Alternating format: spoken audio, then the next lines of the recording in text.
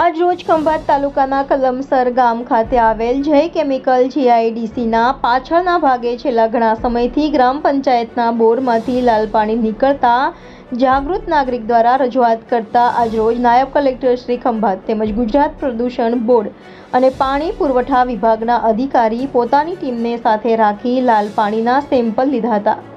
કહેવાય છે કે અગાઉ પણ કેમિકલવાળું દૂષિત લાલ પાણી પીતા અસંખ્ય બકરા તેમજ માછલીઓના મોત થયા હતા।